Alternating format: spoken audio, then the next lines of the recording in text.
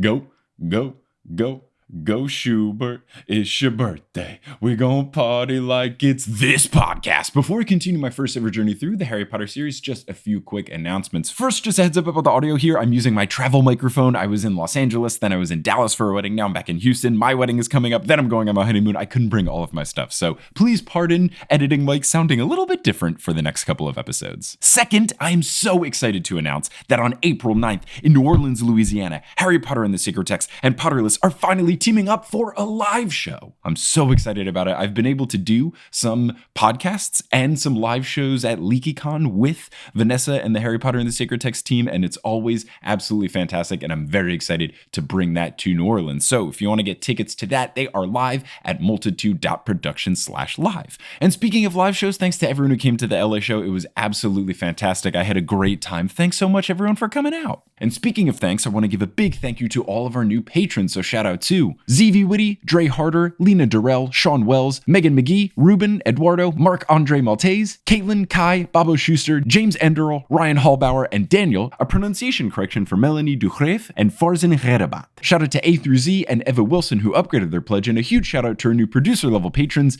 Yimkey and Bony Pony. They joined the ranks of Vicky, Aaron, Jesse, Clow, Marchismo, Samantha, Juan, Rosemary, Marie, Eliza, Romina, Audra, Eleanor, Rosanne, Nikita, Ali, Amelia, Sarah, Ben, Rachel, Zachary, Orchid, Vivian, Takari, Haley, Moster, Ingen, Alex, John, Noel, Emily, Liz, Brandon, Sarah, Claire, Rory, Gloria, Veronica, Lotta, Noah, Tracy, Colleen, Jennifer, Friday, Ivor, Naomi, Summer, Andrea, Lynn, Justin, Christine, Jacob, Toothless, Maya, Mark, Polly, Netta, Zena, Harlan, Noelia, Addie, Nikki, Kine, Amanda, Alicia, Kafir, Lindy, Sarah, Marta, Erin, Eileen, Violet, Lindsay, Keegan, Miranda, Galen, Mr. Folk, Maya, Kieran, Lily, Wire Warrior, Floor, Siri, Georgia, Peter, Skyla, Adele, Professor Threat, Ellie, Daniel, Lee, Elizabeth, Michael, Tiffany, Kelly, Carrie, Connie, Mary, Jennifer, Jaden, Nedry, Will, Samantha, Kayla, Aurora, Emma, Out of Context, Marcos, Hannah, Courtney, Victoria, Marique, Ashton, Brittany, Phelan, Julie, The Meadows Family, Ginny, Anna, Fake, Brianna, Jenny, Sarah, McKenna, Mary, Joy, Heather, Dead Cat Lady, Javi, Darlene, Brad, Thomas, Charlotte, Brianna, Kevin, Lori, Chrissy, Bugaboo, Jarl, Haley, Emma, Ashley, Peta, Sophie, Jack, Jen, Nicole, Callahan, Kylo, Leah, Melissa, Jordy, Bella, Melanie, Bill, Victoria, Joe, Elizabeth, Britt, Molly, Becca, Anthony, Rees, Adam, Madison, Kyle, Tonks, G, Sabrina, Sophia, Farzan, Melanie, David, Maria, Matt, Okamihime, Steamed Nuggets, and Can't I, Potter? Who never get left with an uneven amount of bread slices in their bag of bread, meaning that they don't have to eat a strange open-faced ham and cheese sandwich. If you want to be like one of these amazing patrons and get access to bonus episodes, director's commentary, exclusive live streams, exclusive shirts and stickers, you can head on over to patreon.com/Potterless. But without further ado, let's get into episode 113 of Potterless, the first of 3 parts about the 8th movie, Harry Potter and the Deathly Hallows Part 2, guest starring Kelly Beckman and Ty Stafford.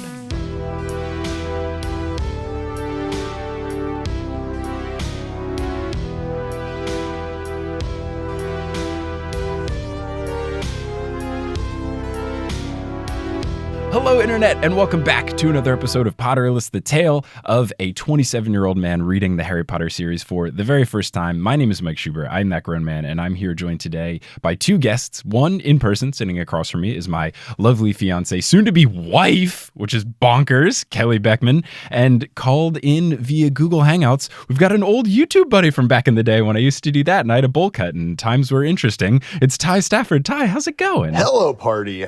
Thank you for having me on. This is so awesome.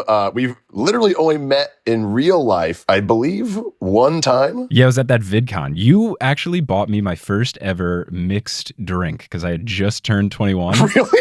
No way. Yeah, so I had a beer at the time because I waited till I was 21 to drink. I had beer at the time, but never had a mixed drink. We were at some like YouTube bar thing, and you were like, "What do you want?" And I was like, "I literally have no idea." You asked me if I like Christmas. I said yes. So you said, "Cool, I'll get you a gin and tonic." Oh my God. Wow, I'll tell you this. I'm honored to be the person that introduced you, shepherded you through that part of your life. It's very important. Kelly, how are you doing? No, I'm good. Hi. Kelly, tell us about your first mixed drink. Kelly shot me a bit of a look when I did. I'd introduce her I was like, first wait a time. second. Sorry. Did I not get to say hi to you? You get to say hello. Hello. How's it going? Good. I'm good. Good. Are you excited to be back on the show? Yes, I'm so excited to be back on the show. Okay, so we will be discussing here is the 8th movie, which is Deathly Hallows Part 2. Kelly obviously is the person who has read the books and seen the movies. I am the host. And then Ty. Wait, who are you? Why are you here? Can Ty and I do this alone? Thanks for coming. We'll take this over. Yeah, I'll leave it to you two. Have a great time. But Ty, what is your experience with the Harry Potter series in terms of taking it in, not reading the books? Where do you fall in that full spectrum? I'll tell you, it's something that I'm very proud of because I don't know if you know this, but I am legitimately dyslexic. Okay. Not like the fun kind where people are like, oh man, like my numbers switch around. I'm like, this like plagued my life from 4th grade until currently. Does it bother you when people say that? I've never found that to be a cool thing when someone spells a word wrong and then they're like, oh, lol, I'm dyslexic. Like, that's not Well, I'm also cool. like, that's not how it works. that isn't dyslexia. That's just you being a shitty speller. But with this, I read up to the 5th book, and then the movies caught up with me. Okay. And at that point, I was like, well, if the movie's around now and I don't have to read, perfect. You're definitely not the first person that I've had on these movie episodes that has fallen under that. I think just around our age, it was a kind of thing where if the movie's caught up to you, it's like, well, I could save a whole lot of time if I just watch this film. Well, particularly in these books, when you have like these made up words like Horcrux in there, dyslexia starts to really play a game. I'm like, did I read that wrong? Or is that the word? Oh, right. And all the weird names that she gives to everybody, too. Oh, yeah. So you there are points where you just don't know if you legitimately are reading it right or if J.K. Rowling is just a psychopath. I had an especially hard time, more so with not knowing if a word was real or not. I really struggled with knowing if something was a magic word or a British word. Like, I definitely thought treacle tarts were a pretend made-up wizarding food. Then I watched The Great British Bake Off. That's real? Yeah, it's a real thing. Oh, see, this is proving your point right there. So let's get right into it. Let's start talking about this movie. So right off the bat, the first thing they do is basically last time on Harry Potter, where they show you Voldemort finding the Elder Wand in Dumbledore's tomb. Oh, I was in the kitchen while you played this part. Oh, did you forget that this is how it that starts? happened. Dude, I saw that and I was like, who is this for? Like, because everyone that is going to this movie had to have just watched the episode or the movie right before, just to like catch up. And I'm like, is anyone coming to the 8th movie without any context? And what was the time? Let's see. Deathly Hallows Part 1 came out in November of 2010. And then Deathly Hallows Part 2 came out in like June or July of 2011. Yeah. That's a year and a half where people are like, or that's not even a year. Yeah. That is less than a year. And people are like, man, what happened last time? It had to have been out for rental by that point. So you could watch it before and just get caught up, you know? That is really impressive that these movies came out. I'm looking now. It says in America, the 8th movie came out July 15th, 2011. So that was a 8-month turnaround.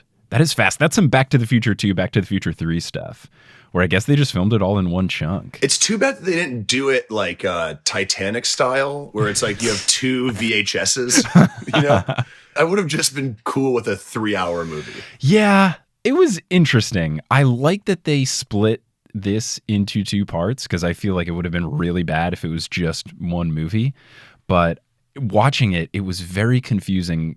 Still, as I've complained time and time again on these movie episodes, the things that they decide to spend a lot of time on. They split it wrong. The Battle of Hogwarts could have been a whole movie in itself. For sure. Oh, so you think that they cut it too early? Yeah. Oh, yeah. When I would think that you the first have movie made the didn't cut? have You enough would have in kept it. going up until the battle? Oh, yeah. Where's the book? Did you bring the book? Oh, it's in my backpack. Can I have it real quick? Yes. Cut that out in post. Okay. Let's see. Where would I have done it? I was listening to the audiobook today, and I was thinking, oh, this would have been the right spot to do it. Because in the movie, they cut I it... think post Gringotts, actually. I think you could have put all of that in, and like the suspense of Voldemort now knows that we are hunting Horcruxes. We've got to race to Hogwarts and beat him there, kind of thing. I think that would have been like enough suspense for the end of the first movie and leave you with enough to do in the second movie. That's a very good point, particularly because they're kind of like halfway through their Horcrux like searching at this stage. Right. So you kind of like you're playing a lot of catch up, and they don't really show that part in the previously on, like probably the arguably more important part. So you're just like trying to figure out, okay, which ones have they done? How many are left? Like you're doing mental math the whole time. Yeah, you get to this movie and it just feels so rushed that the culmination of everything, and I forget because I conflate, is that the right word? I conflate my book and movie experiences together, so I kind of forget what's in what. Yes. But it's like, you get to this point and it's this culmination of everything, and they just rush through it so quickly. And I feel like I would have been confused if I hadn't read the books. I feel like I would have been like, wait, now what? Which one is that? And which they're doing what again? And that's why we have Ty here. For him to be like, okay, wait a second, what? Well, let me ask you this. Like, as someone who's read all the books, which of the movies feels like it's not rushing it? Because even 1 through 5, I was like, you're never going to get everything you need. I think that the 7th movie does the best job of not rushing, because it's only half of a book, so it's not as much to go through. I think the 7th movie is perfectly 7-1 or paced. 7-2? The 7th movie, so book 7, part 1, the previous film, not the one we're talking about right now. Oh, yeah. I think that's the best one in terms of not rushing stuff or not cutting too much. They pretty much hit everything. I don't have any big complaints. 1, 2, 3, and 4 were very much like book to movie. Well, in 4, they never go to school. Whoa. I mean, they only do the trials report, but they never go to class. Cut that. Like, the only class they have is when McGonagall teaches them how to dance, and that's not even in the book. That's just like PE. So yeah, I think 7 was good. And this one could have been good, but even when Kelly and I were watching it, like, they go really quickly into the battle, and then they spend a really long time in the battle, and then they just change everything for some reason. Yeah, are we jumping ahead here? Yeah, or let's go through the actual plot. This happens every time we do a movie episode. It's like, oh, we're 30 minutes in and we've not talked about the movie. So after we get this little last time on Harry Potter, they show the logo, the Warner Brothers logo. It is at this point so gray and decayed and decrepit that it's barely even there. There's a great meme that's going around that's like every Warner Brothers logo in the Harry Potter movies. And in the first 2, it's just the classic like golden one with the sky in the background. And then it just looks like death by this film. They really want to set that tone that you're not going to be happy watching this. Yeah. It says Warner Brothers on your screen for, I think, about 86 minutes before it goes through. It is so slow. It's got to be the longest producer I'm looking at the thing you were talking about now. It's pretty funny. It just gets gradually less and less shiny until it's like, I'm done. It's rusting. It's falling apart. Take me home. So after they finally zoom through the Warner Brothers logo, you cut to Snape standing outside this big open window of sorts outside of Hogwarts. And you see all of the students walking in unison like they are soldiers in an army, with really loud footsteps, and he's just very dramatically looking at the students. And then it cuts to the part where it says Harry Potter and the Deathly Hallows Part 2, which is like, why did we show this? I was so confused. I'm confused too. I was also so confused because it's like, these kids clearly are very willing to rise up. So why is everyone like so down to be like militant as well? That's so confusing. Yeah. They're pliable young adults.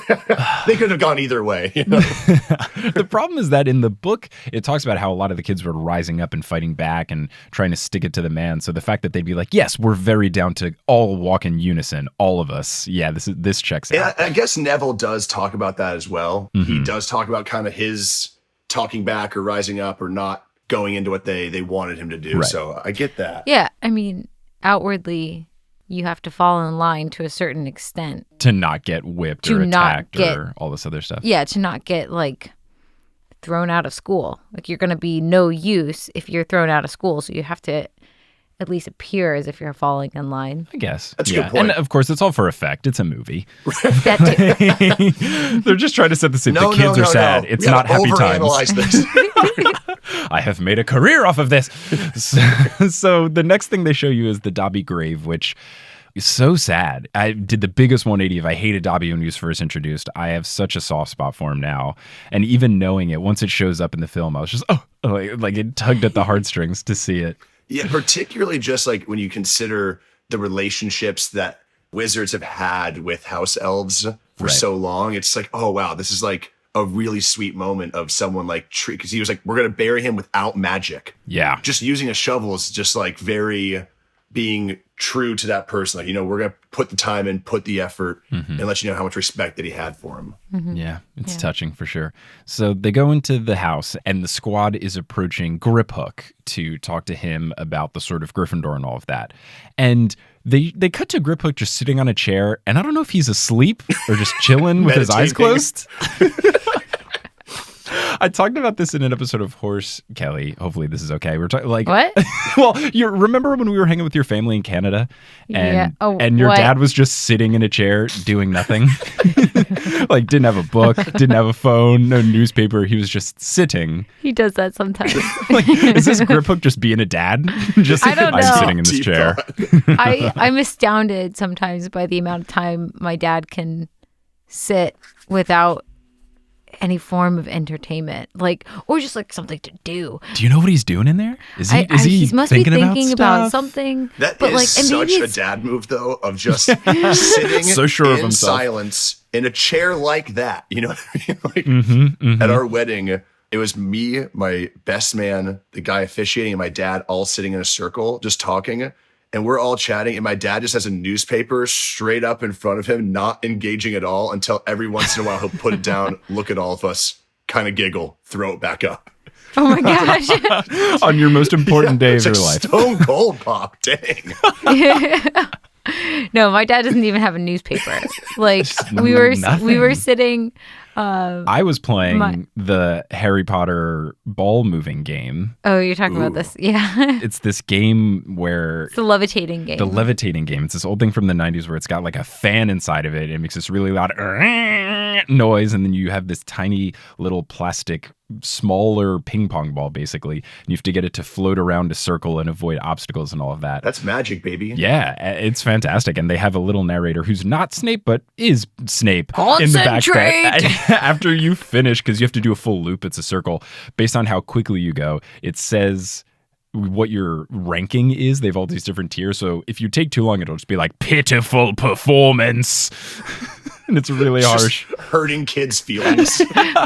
So I was playing this. Kelly, go on. Oh, no. I was going to say maybe it's a generational thing because we have to have our phones or our computers. Like maybe we don't think as much as our parents did, but I can't imagine sitting there. He doesn't have a newspaper. He doesn't have a book. After a while, sometimes he'll go get like a notepad and a pen. Yeah. But he'll sit there for a very long time. I'm assuming thinking and observing. But yeah, maybe it's because we rely on our phones too much. I'd love to see a meme of just like take a picture of your dad doing that next time, put it side by side with these two, and just like dad energy, you know? Yeah, him and Griphook. Your dad and Griphook. Same dad energy. But yeah, I mean, that's definitely a generational thing. That's podcasts are here so that people don't have to be alone in their thoughts. True. That's why, like that's the worst is when you're, I don't know, going to run some errands and then your headphones, either you don't bring them or your wireless ones die and you're like, oh no, I gotta think about stuff now. Oh my gosh. Or when you go to the gym and your headphones die. That's bad because you have... That's the worst. The gym that we go to, they have the worst music. It is constant Maroon 5, but not the old Maroon 5. It's the new Maroon 5 songs. No, it's not even Maroon 5 anymore. It's like that's the best song you're gonna hear is the new Maroon 5 songs, which are all bad. But yeah, they're just like some awful, it's like generic EDM. Just Papa Roach. I wish it was Papa Roach. It's just like it's music that you can tell is new. I wish it was Papa Roach is a sentence. I don't know if anyone's ever said that before. I would get hyped. Like that'd be great. No, it's like they have to follow two rules is what I'm guessing. One, they have to have some kind of a license to listen to this song or it has to be on the radio so it's current. Right. And two, it can't curse, it can't be too thoughtful or deep, and it has to be sickly positive. Yeah. Like sicking, it's like I'm all about positivity, but it just has to be the worst kind of positivity, like the in your face, I know this is not genuine positivity. That's the qualifications to be a song played at the Blink Gym. You can beep out Blink if you want. Today's episode of Potterless brought to you by Planet Fitness. Anyway, Harry Potter. So I had no idea if Griphook was asleep or just chilling, but he wakes up and Harry goes over to him and says, "How are you?" And he says, alive, which, okay, bud. Yeah, dude. Dramatic. They So just dramatic. saved you too, dude. Like, come on. Drama king. Also, a fun fact is that the actor who plays Griphook is the same actor who plays Flitwick. Yes. No way. Yeah, it's the same guy. It's Warwick Davis in both roles. Wow. Because they had to replace, because Griphook is actually in the first movie. You know who plays Griphook in the first movie? Who? Vern Troyer. No. AKA Mini-Me from Austin Powers. Oh, yeah, you said this yesterday. It went right over my head. I was flabbergasted. Wow. And had he passed away by the time? Yeah, he had passed away in between. Gotcha. It makes sense because Warwick Davis is very good, but this whole conversation between Griphook and Harry, Griphook is killing it.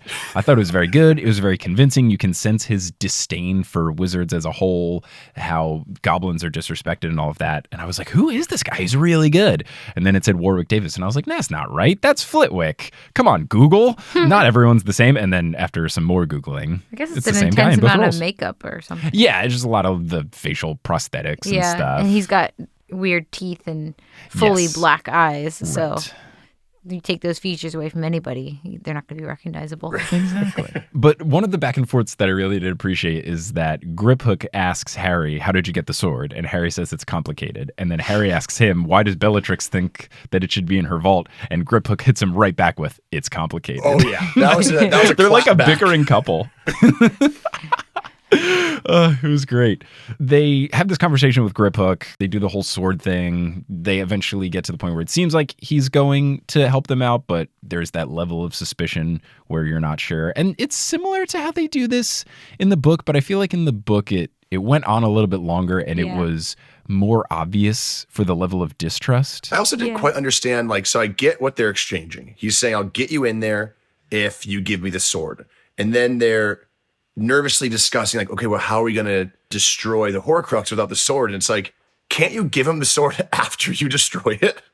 Like, does it have to Yeah. be an instant exchange of goods? I'm pretty sure in the book that they talk about doing this. So in the book, Griphook makes this proposal to them, and then they come back. And the idea is that Harry is going to vaguely say, we will give you the sword, but not put a time limit on it. And the idea, his idea was actually, let's keep it until all the Horcruxes are destroyed, not just this one. Let's keep it till we've destroyed them all. And Hermione's like, but that could be years. And he's like, well, tough shit. like, I will make sure that he gets it. I promise I'll make sure he gets it. But he is purposely very vague about saying It's a classic half when. lie. It's Right. just, I'm not going to be super specific. I'm not lying. Right. I'm just leading him on. Well, it's an equally dick move as when, I forget the goblin's name. What is his name?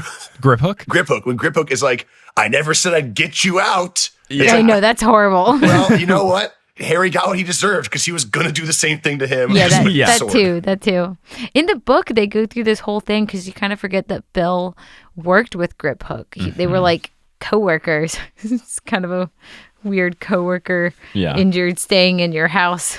Your acquaintances, you're not friends, but you're bringing him back. Anyway, but he has this conversation with Bill where Bill's like discussing that goblins have a different idea of what ownership is. Yes. And treat treasure and payment very differently than humans, which I thought was a really great conversation. It was that really I would good. have liked to see, because it's like also talking about, that's when they really get into humans wrote their history different than goblins wrote their history, and neither history is entirely accurate. And it gets into this kind of like racist warfare that is going on between not just like muggles and wizards, but also between the other like different types of creatures. Yeah. All that's in the book? Yes. There's this whole conversation, all of that. You get into the deeper meaning of just what this Wizarding War is doing for all of the different races of magical beings that are out there. Well, let me ask you this.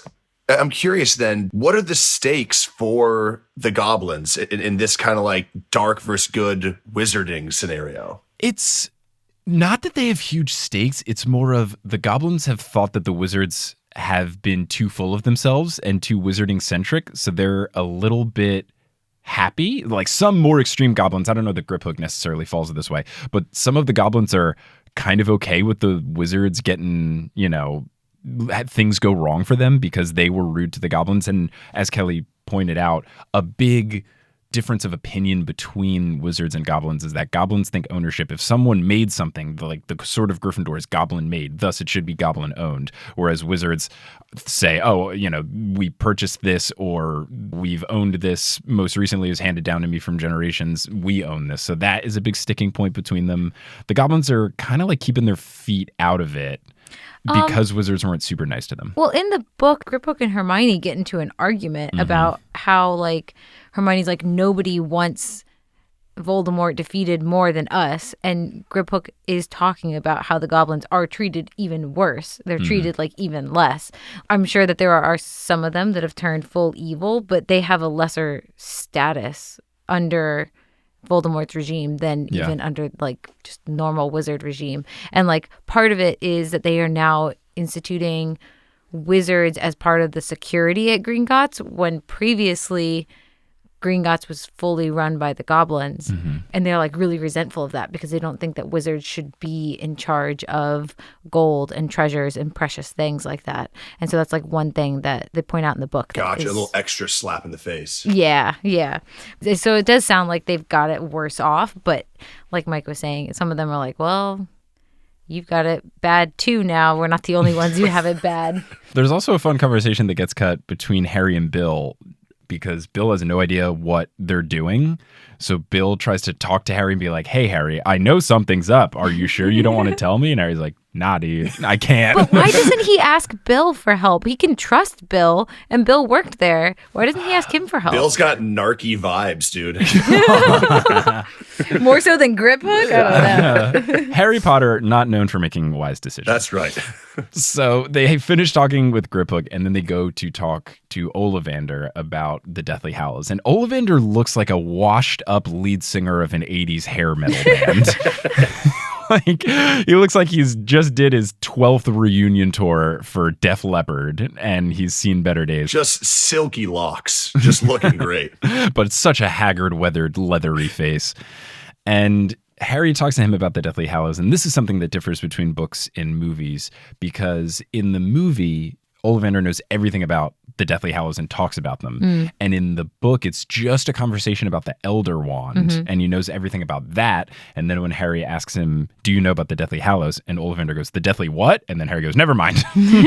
There's so much exposition in this movie, too. Like, when you're looking for it, you see it so frequently where they need to make sure the whole audience understands what it is we're talking about. So they'll say something like, very presumptuous, like, well, of course you know about this. Yeah. And then every time it's like, no, tell me about it. I would just love for once for them just to be like, yep, and just keep moving on. The thing that I've realized with, especially in these movie series, movies 6, 7, and 8, are the three most that are hurt by not having a narrator. I didn't realize until watching the movies how important the narrator of the books is to understanding stuff. Because like you're saying, Ty, you have to find a way to be in a conversation where you explain everything. And a very common thing that they do in these movies is kind of like what they've done here with Ollivander, where in the book he did not know this thing, but it has to be described. So a way to make it faster is just, yeah, this guy knows about this thing, and he's going to tell Harry about this thing, right, because then the viewer knows about this thing too.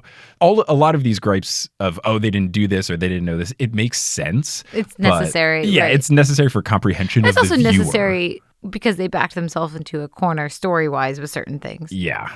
To close out this conversation is a line that I think was added in the movie. Kelly, you please help me. I don't know that this is in the book. When Ollivander's like, oh, if Voldemort gets the Elder Wand, you guys are just screwed. You don't really have a chance. And then Harry says, I'll have to kill him before he finds me. Does he say that in the book? No. Okay. Ollivander says something similar, but Harry doesn't say that. Yeah, he doesn't show his cards quite that Harry doesn't become plainly Rambo mixed with John McClane. Yeah, I was like, is that legitimately your plan? Are you literally going to just be hiding it and then try to kill him? Like, I'll get the higher ground and hide behind a bush. Right? Because like you clearly know that's not going to work, right? This is the most powerful wizard. You're just going to sneak up on him. I don't know if you've read the books, Harry, but Voldemort's a little scary. I don't know if you've read the books, Harry. I don't know if Harry's read the books, but I do know someone who has. It's Past Mike. Hey, Past Mike, let's take a little bit of a break for Wingardium Adridosa.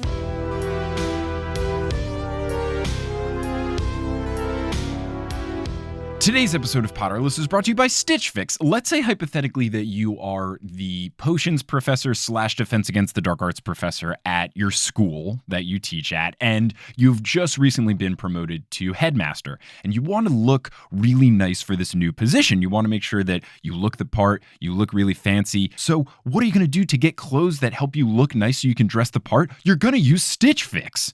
Stitch Fix is an online styling service that hooks you up with clothes that you love, clothes that you didn't know that you love, all of the above. A real human being picks out the clothes for you. You fill out your style profile at stitchfix.com. The quiz is super easy and kind of fun. You talk about the types of clothes you like to wear, how you like them to fit, how you like them to look, colors, all that sort of information. And then that human being at Stitch Fix takes a look at your responses and puts together a hand-picked curated box and sends it to be delivered directly to your door. You receive that box. You try on the different items. Whatever you like, you keep. Whatever you don't like, you put into a bag that already has postage on it. So all you got to do is drop it off at a post office or a box or whatever services are near you to ship, and then you just pay for what you keep. It's fantastic. I've gotten some incredible shoes from Stitch Fix. I have some shorts from Stitch Fix that I love. I'm very excited that the weather is getting warmer so I can wear them again, and I've been very happy with my experience. And if this sounds interesting to you, as a Potterless listener, you're in luck, because if you keep everything from the box that is sent to you, you will get 25% off if you create your account at stitchfix.com/Potterless. So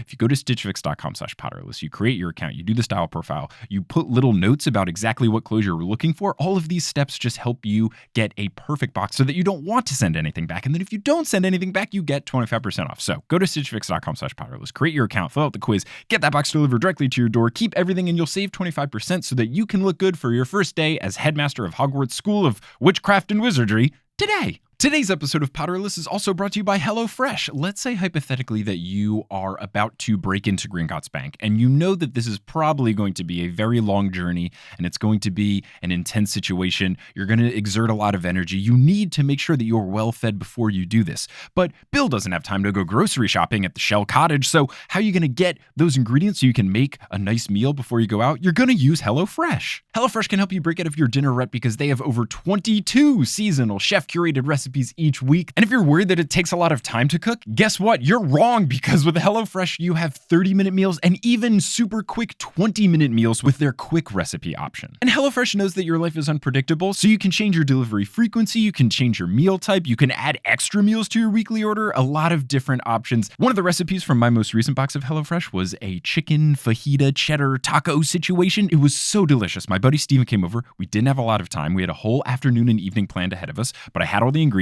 We worked together to chop it all up, cook it up, and in less than 30 minutes, we had delicious, cheesy fajitas in our bellies. It was fantastic. So if HelloFresh, aka America's #1 meal kit, sounds great to you, well, guess what? You are in luck, because as a Potterless listener, you can save some money while you use it. If you go to hellofresh.com/Potterless10 and use code Potterless10 at checkout, you will get 10 free meals, including free shipping. Yes, you heard that right. Go to hellofresh.com/Potterless10, the numbers, and use code Potterless10 to get 10 free meals and free shipping. So go to hellofresh.com/Potterless10, enter the code Potterless10, get the free meals, get free shipping, and get food delivered to Shell Cottage so you can make a bountiful, fruitful lunch to fuel your trip to Gringotts Bank today. Hey, I just wanted to use this last ad spot to talk about the Discord. I realize that some people are confused about what it is. Let me tell you. So if you are a $2 and above patron at patreon.com/Potterless, you get access to the Discord.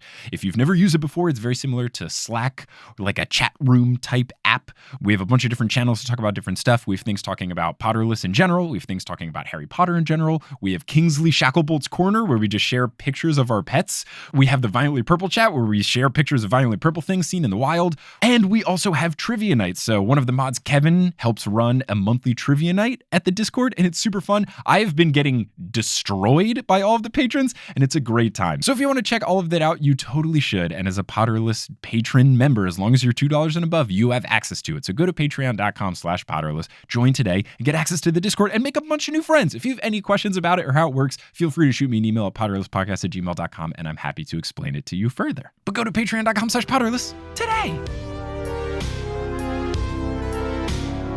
So the next scene after is them doing their big plan to break into Gringotts, which involves Hermione using Polyjuice Potion because she has a hair of Bellatrix left on her sweater or something so that she can disguise herself as Bellatrix to break in. That was bullshit. It was real risky. It's very convenient. They're like, are you sure it's hers? And she says something like, absolutely, like 100%. I'm like, there's no way you can be. Which is like, especially funny. Didn't you turn into a cat before by accident? Exactly. In the second book, she turned into a cat when she thought she had somebody's hair, but it was their cat's hair. Yeah, it's this type of just blind confidence that is something that'd be worrisome for me going into this. But you get this incredible bit of acting where you have Helena Bonham Carter acting as Hermione, acting as Bellatrix, which is some incredible She did really, Inception really well. stuff. I Yeah, literally she did really said that well. out loud. My wife and I were watching. I was like, this is so weird to watch because you can just tell the layers this actor's going through. Like, just physically, she walks differently than when she is herself, you know? It's very good. It's comparative to when Harry or Daniel Radcliffe is the 7 Harrys in the beginning of the 7th, which I thought was really great too. I'm glad you took note of this because I did not talk about this in the movie 7 episodes. What? And a lot of people are like, how could you not talk about Daniel That's the Radcliffe's best incredible part. performance as being 7 people pretending to be him? So Of good. being a shirtless guy in a bra. Yeah. Give him the Oscar for that. Come on. I thought his dung was one of the best ones. His when he Mundungus was Fletcher. when he was Mundungus Fletcher. Yeah, I thought that was very really good. Now, can I ask you guys a question here? Yes, you can. Polyjuice Potion, I'm kind of shocked that your voice doesn't adapt to that person's. Don't worry. In the books, the voice does change. In the movie, the voice does not change. And I believe they did this just to make it easier on the viewer to have it make more sense. Because when you're reading a book, the narrator can continue to say, Hermione disguised as Bellatrix, and it makes it easy. Whereas when you're watching a movie, especially a kid's movie, it's just easier to have the voice. But it does then present some wrinkles because when they eventually get to Gringotts and... No, I do not understand. and Hermione is as Bellatrix and she goes, I'd like to access my vault. And then the guy looks up. to access my vault. The goblin looks up. It's like, oh, Bellatrix, I didn't recognize you. Oh, yeah. Was it because I sound like a 17 or 18-year-old girl? Exactly. That could be a slight factor. And they've been doing this for so long. It's like, it just feels like that's another layer of getting caught that would kind of make it like a fun element, a fun thing to play off of, and they don't even recognize it. Yeah. It's something that makes sense for the movie, but then it also introduces some plot holes that don't make sense, so it's interesting. This was the line in the book that I made note as I was reading earlier today. When he first sees Hermione as Bellatrix, he says, but then she spoke and he heard Hermione through Bellatrix's low voice. Oh, yeah. See, that would have been But I fun. was like, That's something I thought oh. would have been really fun is if you had Helena Bonham Carter using her actual voice to talk like Hermione being afraid of talking like Bellatrix, like make the Inception even further. Yeah. And if there's anyone that could have nailed that, it's Helena Bonham Carter. She would have destroyed that. And you can see that she would be totally capable with her acting. Like, yeah. It's so obvious that she's like got that down that it would have just added another layer of like just beautiful acting chops. Right. Yeah. But I do think that I was watching her lips this time while I was watching it to see if there was any point where it doesn't match up perfectly. And they did a very good job of like the hesitations and the cadence of Hermione speaking is right on with her lips. Yeah. And so Helena Bonham Carter, weirdly, you pointed this out when we were watching it, Kelly. You said she looks like Hermione. Like the way she walks, and obviously there's the scenes where she can't walk on the heels and stuff, but just her general way that she holds her posture and makes facial expressions, it's very Emma Watson-esque. Right. Even her eyes. I was watching her eyes. I was just like, whoa, it's just such a subtle thing that really popped out on screen. Yeah. Yeah, it was really good. If I ever got to interview Helena Bonham Carter, I think I would only ask about that part. That and maybe the hair. How much of the hair was real? How much was a wig? What was it like? Was it itchy? Yes, is the answer. I had to have been. Oh, so some of my notes here, Kelly, are Kelly notes to make sure that you talked Mike about was them. taking my notes for me during the movie. And you'll talk about this. Like things I was saying out loud while we were watching the movie that he was like, I'm going to start a notes section for you because you're obviously not taking notes. Well, because there's nothing worse than when you're in school and you tell a joke and then someone tells that joke louder than you and then they get all of the laughs. Jokes, Mike. So I'm making sure. Didn't I come up with that name? No, you didn't. I came up with it. I was the guy that just said the joke louder in school. Oh, no. Well, your voice is very, carries a long way. Yeah. I was the one whose joke was said louder. Your voice, very quiet. So I wanted to make sure that if I made a good point or a good note, that it was not given credit to me. All credit should go to you. Thank you. What's my point? Your point that you made, Kelly, was that you can see the invisibility cloak in the background while they're walking. Oh, yeah. You can see their feet and you can see the ripples of the invisibility cloak. Mm-hmm. Oh, I didn't notice the feet, but the ripples I did think was interesting. And this is the invisibility cloak that they're talking about in the Deathly Hallows, right? Yes. So it's supposed to be perfect. Like there are other disguise charms and things that you can do, but the general understanding is that those are not great and there's ways around them, whereas the invisibility cloak is untouchably perfect at making you invisible, unless you're Mad-Eye Moody and you have a magical eye. I don't think it's a problem with the cloak. I think it's that he's too tall now and he's kicking the bottom of it up. And there's also 2 people underneath because it's Harry with Griphook on his back. Yeah. Right. Good point. But it is interesting that the cloak originally was made for a full-grown man. That's true. So even though he has gotten bigger, arguably, it still should Maybe fit. if the guy was really short, that brother was really short, and he was feeling really like grumpy about it, like nobody else can fit in my cloak. Right. He wanted to make sure he was the only Perfectly one. tailored to his body. He like just ran out of invisible thread right when he got to that point where it wouldn't cover his toes anymore, and he's like, oh well, where'd my invisible thread go? I can't find it. That's like the King Midas story, right? Where he's naked and they say, oh no, you have the you're wearing no one else can see this invisible thread you're wearing. I think I was telling that story to somebody the other day. It's always fun to take stories. I guess this is what what Potterless is.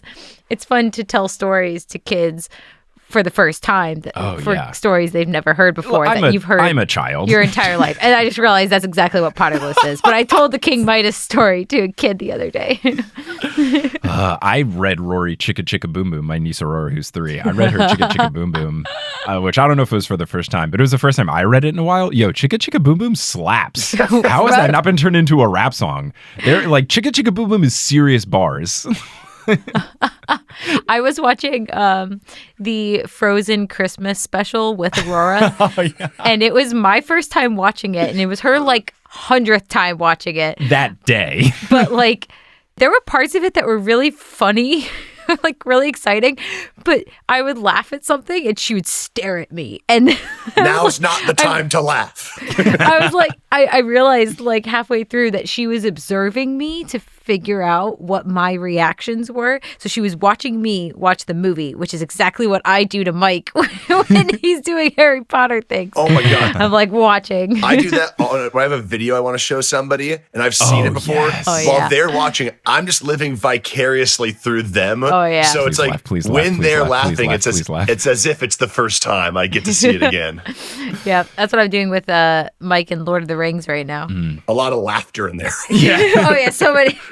So much comic relief. I did laugh out loud when Legolas got on his shield and rode it like a fucking skateboard down a flight of stairs. I was like, did this movie come out in 2006? Because this is peak Tony Hawk Pro Skater 3 right now. This is peak Triple X movie right now. SSX Tricky right here. I thought that was the coolest. I straight up tried to do that when I was a kid at my home.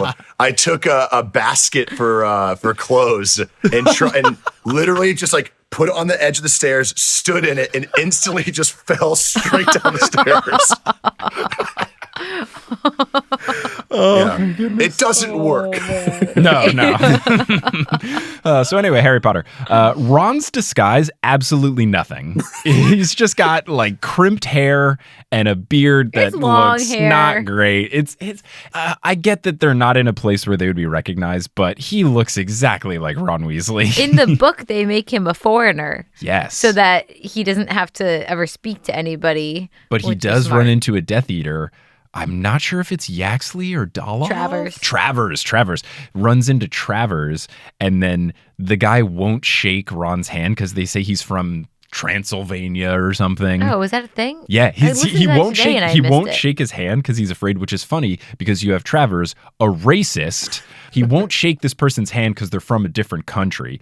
But Bellatrix says racist that. To me. Well, yeah. So he's xenophobic, but he's not okay with the guy is supposed to be Bellatrix's friend, so he's supposed to be a fellow racist. But he's like, you're not my kind of racist. You're the wrong kind of racist for me.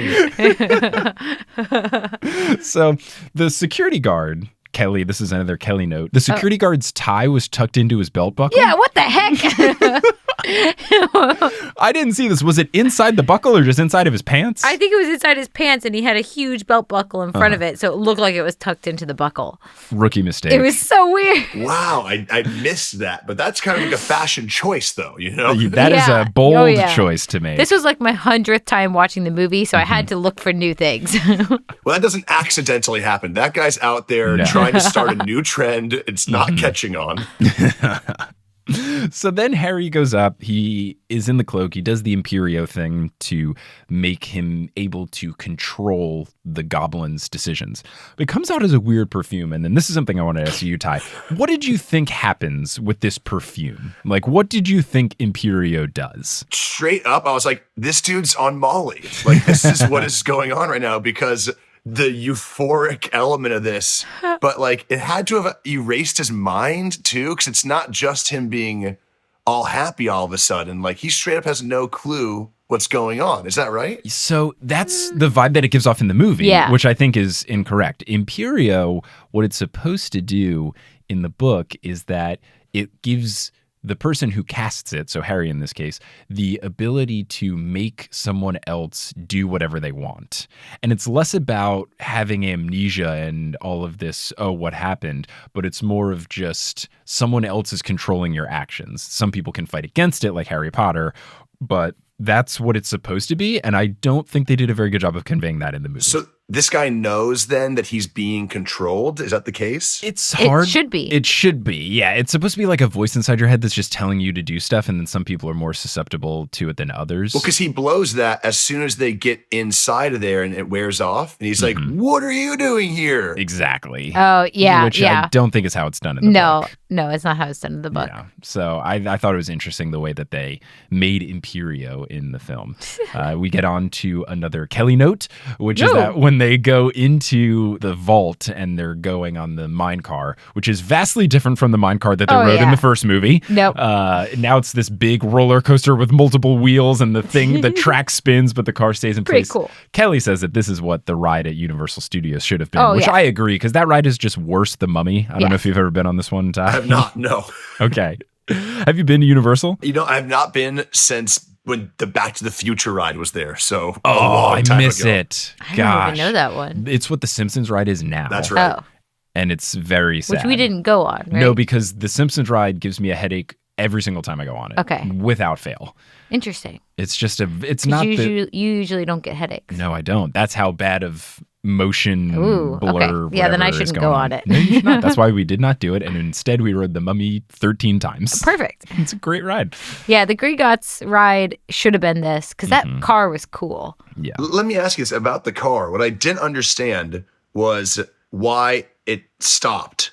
Like, what was going on? Like, the alarm went off and dumped him out? Right. So this is something that they, again, don't explain well. So you have a waterfall inside of the vaults that is a security measure. And in the book, what happens is while they're going, some of the Imperio wears off and people get that they're sneaking into the vault. So someone tells them to turn on the waterfall system. What?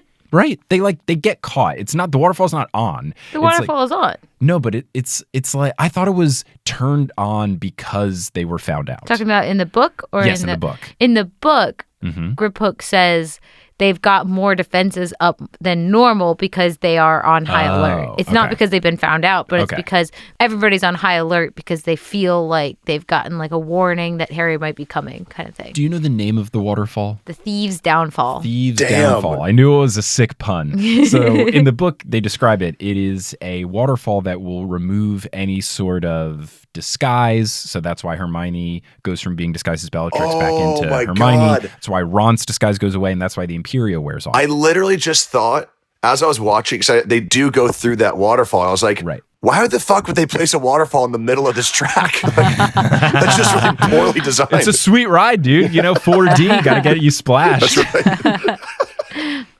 It's supposed to remove any enchantments. Right. In the book, I don't think it stops the car. No, it does not. Yeah.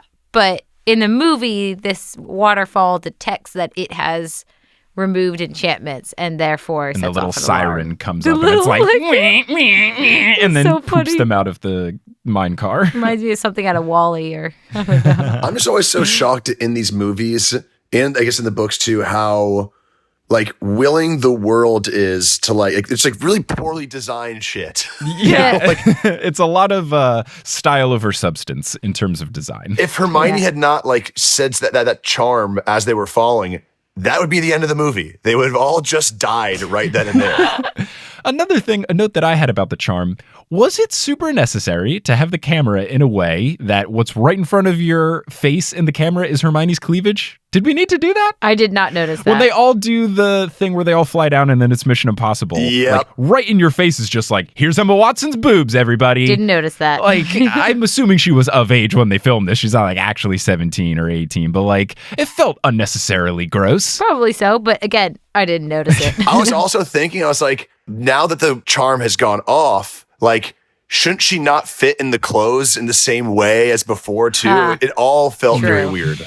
Yeah, true. that's something that is always inconsistent with Polyjuice Potion, at least in the movies. Cleavage.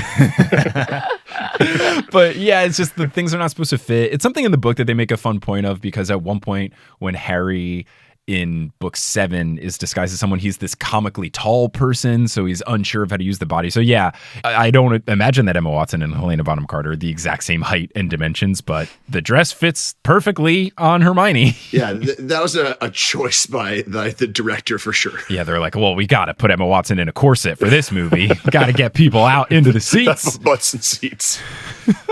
So Ron then does the Imperio on the other goblin that is working there because it wears off from the water. That does not happen in the book. In the book, Harry does it a second time. So I thought it was interesting that they decided to make Ron do it in the movie. Oh yeah, that was weird. It's something that I'm glad they've done in this movie, and I think they were slacking for the first 7, is that Ron is just a bumbling idiot in the first 7 movies, and he's incredibly incompetent, which is not fair to Ron, because as a character, he's much more competent. In this movie, Ron is on top of stuff throughout the film. So I guess, I don't know if they got complaints or something, but David Yates was like, yeah, we got to make Ron incredibly competent here. So give him some stuff, which I appreciate. Well, I imagine too, he needed to really show off some him being a hero for himself, and particularly when they're setting up him and Emma Watson starting to have that interest. It's we got to see him doing some cool stuff. I also think it makes more sense. He had a big character development piece when he left and had some time to think about his actions and then came back. That was a really big character development piece for him. So maybe they're continuing that arc by now showing his competency and his willingness to step forward and kind of not just fade into the background. Yeah. I'm glad that Ron is getting his due. It's about time. Yeah. I like Ron. So they go into the vault and it looks dope. The vault is so sweet. Yeah. I love how cool it looks here. And the other thing that's really cool is the way they do the multiplying effect. Oh. It's the Geminio curse, it right? looks cool. So cool. But Ty, here's something that they level it up in the book. So in the movie, it's not as intense. In the book, not only does stuff multiply, but all of the metal items are piping hot, and it's burning them. Oh my God. Yeah, which That's is way so worse. much more gnarly. Yeah. Super gnarly. It is almost completely gone, but I still to this day have a scar on my wrist from a crappy IKEA pot. So I cannot imagine that times a million. Well, particularly because they're literally drowning in the stuff. Yeah. And I guess it's intensified in the movie because there is no piping hotness that they really got to go with. The threat of it is that they're going to drown in it. But yeah, it's so much more intense to have all of those things also be scalding hot. Yeah. When does that multiplying end, by the way? that seems like a very like convenient thing to do. Particularly if you just like, that feels like anyone could just make themselves rich that way. Well, I think it's probably like Leprechaun Gold in that the duplicates disappear eventually. Right. Maybe like when the door opens or something like that. Or it's a thing where the person who cast it, they can uncast it or something. At any time or something like that. But the visual effects team did a very good job because it was super sweet. Yeah, I just had a really horrible vision in my head of what Oh, good. Please say it on the podcast so that millions of people can listen. Really vividly, too. They wouldn't drown in the metal. They would be compressed by the metal. Wow. Oh, like crushed. Yeah. They'd be crushed by it. They wouldn't drown. There'd be enough air, but they would be literally crushed by it. Cool. That'd be a pretty horrible death. Not a good way to go out. Not a good way. No. Thanks, Griphook. Yeah. Yeah. Open the door. So he doesn't go full evil in the book like he does in the movie, where he's like, I never said I'd get you out. Yeah. Like, In the book, he just kind of like slips away into the crowd of goblins. With the sword? With the sword. I also don't get, though, why is he so eager to like run out of there? Because he hadn't called the group yet where he yells out like, there's intruders in here or whatever. So like, why is he turning evil so quickly? It doesn't really make sense because in the book he doesn't. Well, I think he sees the writing on the wall. I mean, they're surrounded and he's like, I'm going to get what's mine and get out now kind of thing. I don't think it's like I'm against Harry Potter all of a sudden. It's more of like, I see my way out and I'm going to take it. Yeah. Gotcha. It's more of, I've got the thing that I want. I'm looking out for number one.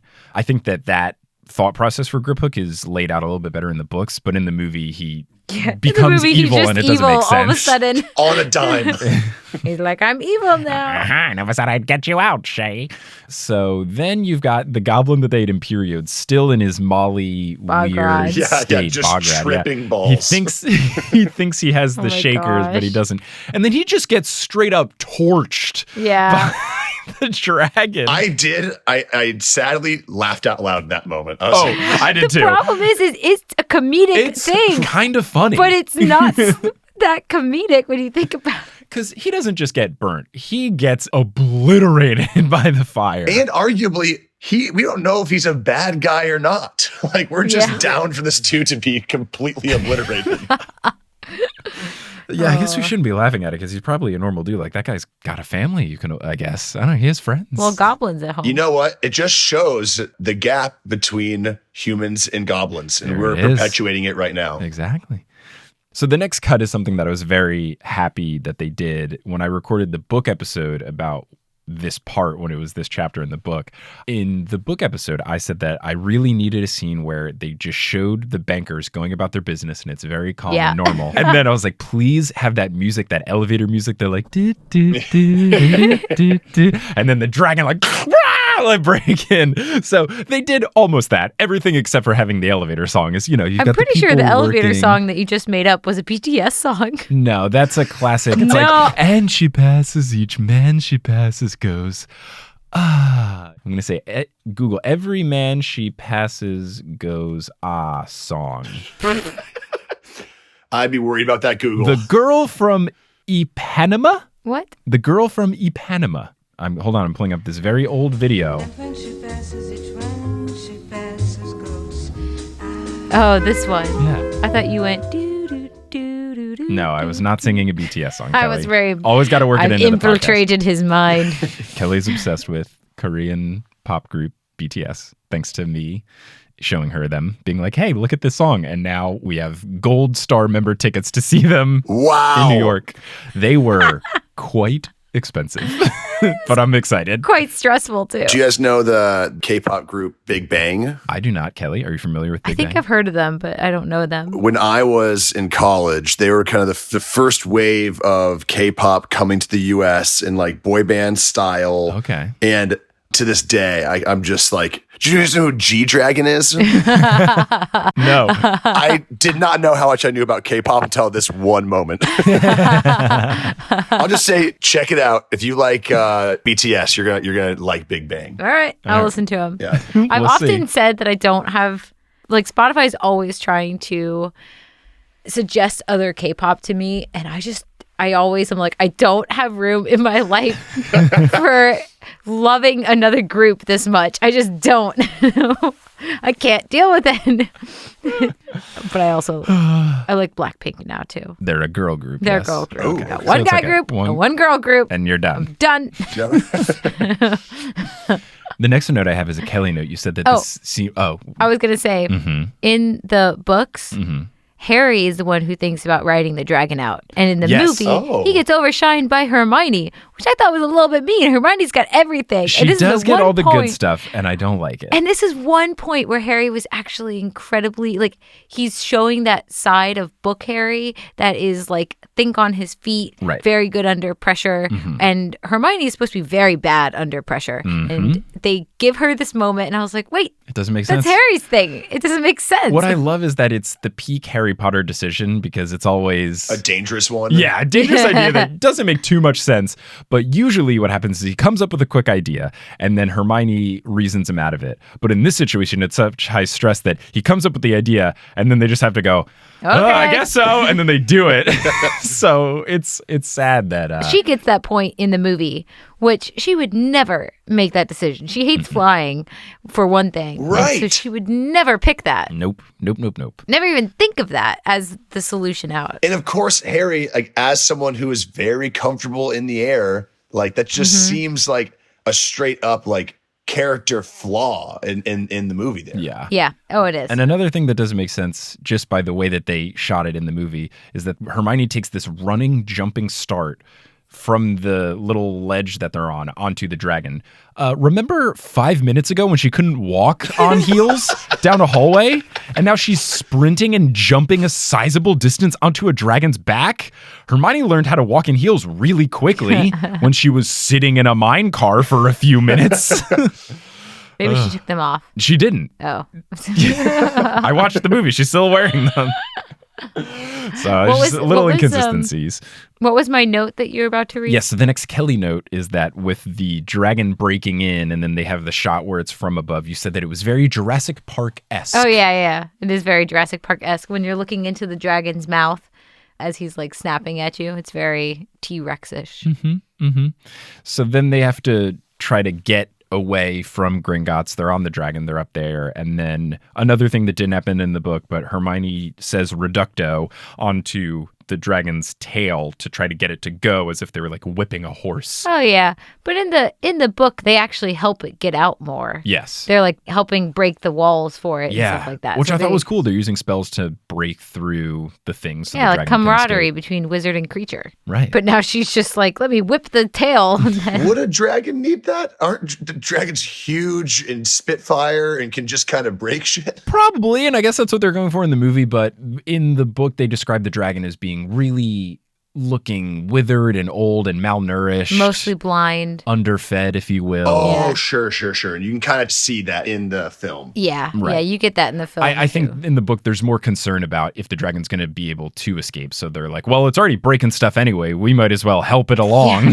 Yeah. And they want to go quicker. They want to get And then I guess it also makes sense of like why the dragon just doesn't straight up eat them. Because they've helped the dragon, I guess. I always thought it didn't know that they were on its back. Oh. That was the vibe I kind of got too. Because it's not like whipping them around like a bull or anything. It's just kind of letting them... Or a bucking bronco. Yeah. That makes sense. He just doesn't even realize that there's something on his back. Yeah. So then they fly away on the dragon into the sky. And I think this is a perfect time to cut for this first episode of 3 about Harry Potter and the Deathly Hallows Part 2. But before we go, Ty, I know we were friends for back in your YouTube ironing my underwear days. That's right. That's right. That was his username on YouTube. No video ever featured me ironing my underwear, but that was the name. Do you still iron your underwear? You know, it was a habit that I legitimately did in high school. Why did you? I think I had like a little bit of legitimate OCD and just needed everything to be perfectly flat. So I ironed my underwear, my jeans, my t-shirts, everything. Everything you said makes sense except for your underwear. I have a friend who irons his underwear. Maybe, hey, your drawers are probably nice and compact. Exactly. And your drawers. But, you know, every once in a while, we still throw out videos. In fact, the time that I proposed to my now wife is on there. Right. So you can still see all that stuff on the Ironing My Underwear on YouTube. Yeah. Is there anything else you want to promote in the meantime, or you get. I'm just out here promoting like healthy brushing. Make sure to brush your teeth morning and night, people. People don't do that. If I can just promote oral health in this, then I feel like I did my job. It's a shame that Quip doesn't sponsor the podcast. We're trying to get new sponsors out of this, So if you're out there, we've already appealed to every gym that isn't Blink Fitness. Kelly, how about you? Anything or? I'll promote carrots. This episode brought to you by my pile of carrots over here. Mm-hmm. Also, you've made a Twitter since the last time you were on. Oh, yeah. What was that from the last? I don't know. Say your Twitter account. People will follow you. Shoot, what's my name? It's Vote for Me, Kelly B. Is it Vote for Me? I'm Kelly B. On Twitter, it's just Vote for Me, Kelly B, because you ran out of characters. Though I know your original slogan for winning 4th grade class president was Vote for Me. I ran for 4th grade class president, and my slogan, which I put on buttons and everything, was Vote for Me. I'm Kelly B. Unbelievable. So my Twitter is Vote for Me, Kelly B. Did you win? Oh, I won. Landslide victory. The campaign worked. Oh, man. Well, Ty and Kelly, thank you so much for joining. Listeners, thank you so much for listening. And as they say in the Wizarding World of Harry Potter, before they go through a waterfall on a roller coaster, wizard on.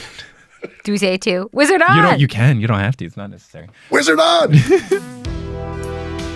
Hey, if you love Multitude stuff, but you want a new show, guess what? Multitude made a new show. It's called Next Stop. It's an audio sitcom by Multitude. The trailer is out now. Whoa, so cool.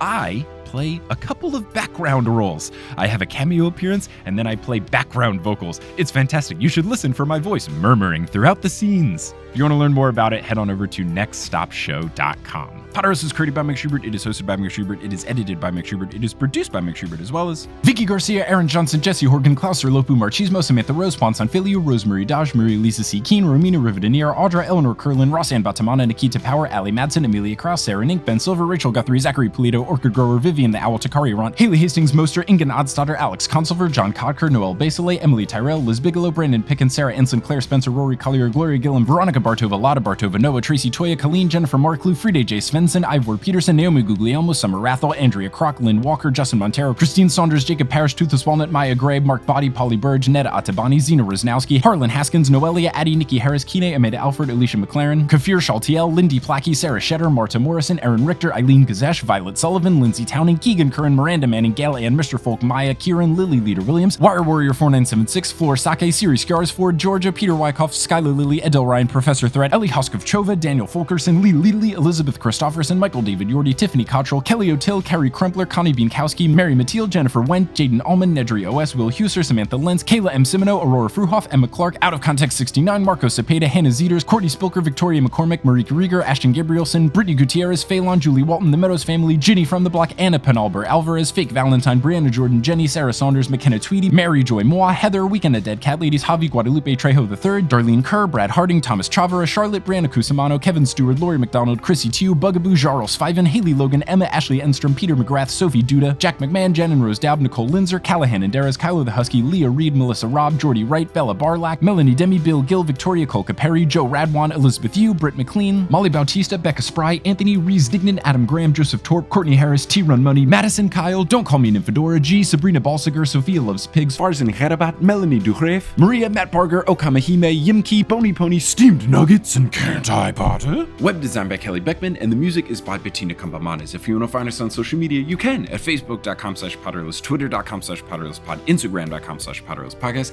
and reddit.com/r/Potterless. For any and all information about the show, you can go to PotterlessPodcast.com. For bonus content, you can go to patreon.com/Potterless. And for merch, you can go to PotterlessPodcast.com/merch. If you want to see us live in New Orleans with Harry Potter and the Secret Text, go to multitude.productions/live. If you want to tell someone about the show, whether it's in person or through a review online, that really does help. Thanks so much for listening, and until next time, as they say in the Wizarding World of Harry Potter, Wizard on!